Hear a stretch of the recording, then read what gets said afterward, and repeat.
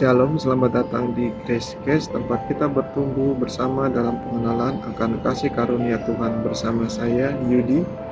Mari membuka hati untuk menerima kebenaran akan firman Tuhan yang memerdekakan. Sebab hanya kebenaran yang akan membuat kita hidup dalam kemerdekaan yang sejati.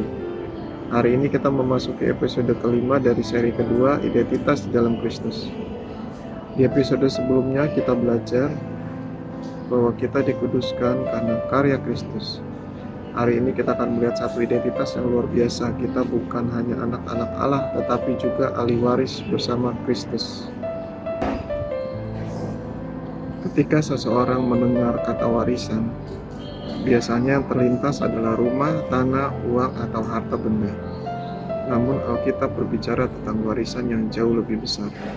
Warisan yang Tuhan berikan bukan terutama berupa harta duniawi, tetapi hubungan dengannya, janji-janjinya, dan pengharapan yang kekal. Sebagai anak-anak Allah, kita tidak hidup sebagai orang yang berkekurangan. Kita hidup sebagai orang yang memiliki Bapa yang kaya dalam kasih karunia. Bayangkan seorang anak yang lahir dalam keluarga yang sangat kaya. Selama bertahun-tahun ia hidup seperti seorang pengemis karena tidak tahu bahwa semua kebutuhan hidupnya telah disediakan oleh ayahnya. Suatu hari ia menemukan surat yang menjelaskan bahwa ia adalah ahli waris sah. Sejak saat itu cara berpikirnya berubah. Ia tidak lagi hidup dalam ketakutan dan kekurangan karena ia mengetahui apa yang telah menjadi miliknya. Begitu pula dengan banyak orang percaya, banyak yang masih hidup dalam rasa takut dan tidak layak karena belum memahami warisan rohani yang Tuhan berikan melalui Kristus. Firman Tuhan kita pada hari ini yang pertama diambil dari Roma 8 ayat 16-17. Roh itu bersaksi bersama-sama dengan roh kita bahwa kita adalah anak-anak Allah.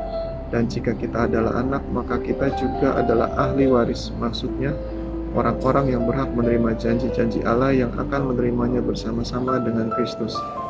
Firman yang kedua diambil dari Galatia 4 ayat 7. Jadi, kamu bukan lagi hamba, melainkan anak. Jikalau kamu anak, maka kamu juga adalah ahli waris oleh Allah. Firman yang ketiga diambil dari Efesus 1 ayat 3.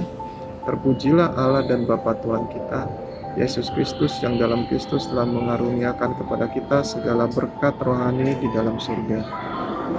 Menjadi ahli waris bersama Kristus bukan berarti kita otomatis terbebas dari semua tantangan hidup. Tapi itu berarti kita memiliki kepastian bahwa Bapa tidak akan meninggalkan kita di dalam Kristus.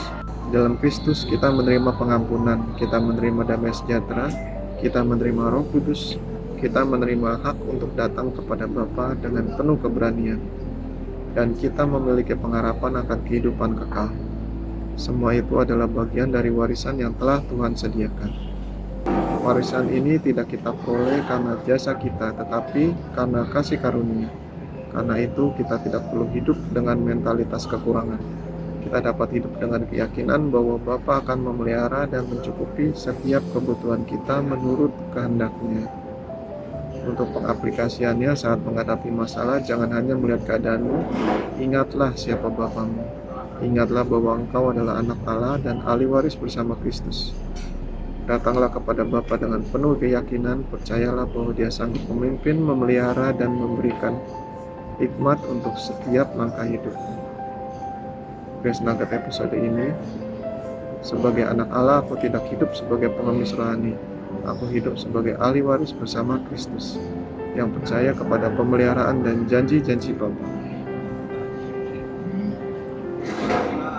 Mari kita berdeklarasi, aku adalah anak Allah dan ahli waris bersama Kristus. Aku percaya bahwa Bapakku di surga mengasihiku, memeliharaku, dan memenuhi setiap kebutuhanku menurut kekayaan dan hikmat-Nya.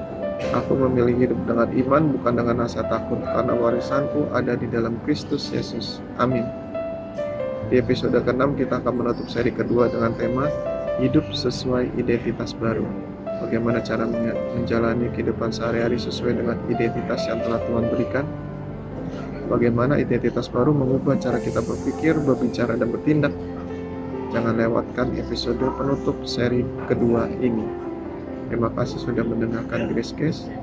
Jika episode ini memberkati hidupmu, jangan lupa bagikan kepada keluarga, sahabat, dan orang-orang yang kamu kasihi, supaya semakin banyak orang mengenal kasih karunia Tuhan. Dan ingat, kasih karunia bukan hanya awal dari kehidupan Kristen, kasih karunia adalah cara kita hidup setiap hari.